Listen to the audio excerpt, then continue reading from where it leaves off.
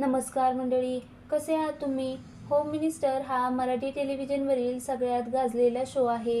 दार उघड वय म्हणत सगळ्यांचे लाडके आदेश भाऊजी वहिनींच्या घरोघरी जात त्यांचा पैठणीने सन्मान करायचे.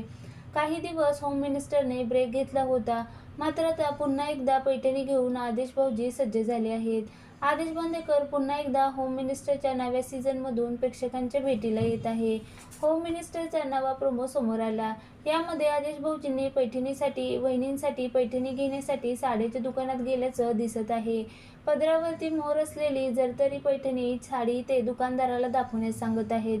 त्यानंतर सगळ्या पैठणी साड्या ते खरेदी करताना दिसत आहे. पैठणीचे बॉक्स घेऊन आदेश बांदेकर जाताना दिसत आहेत.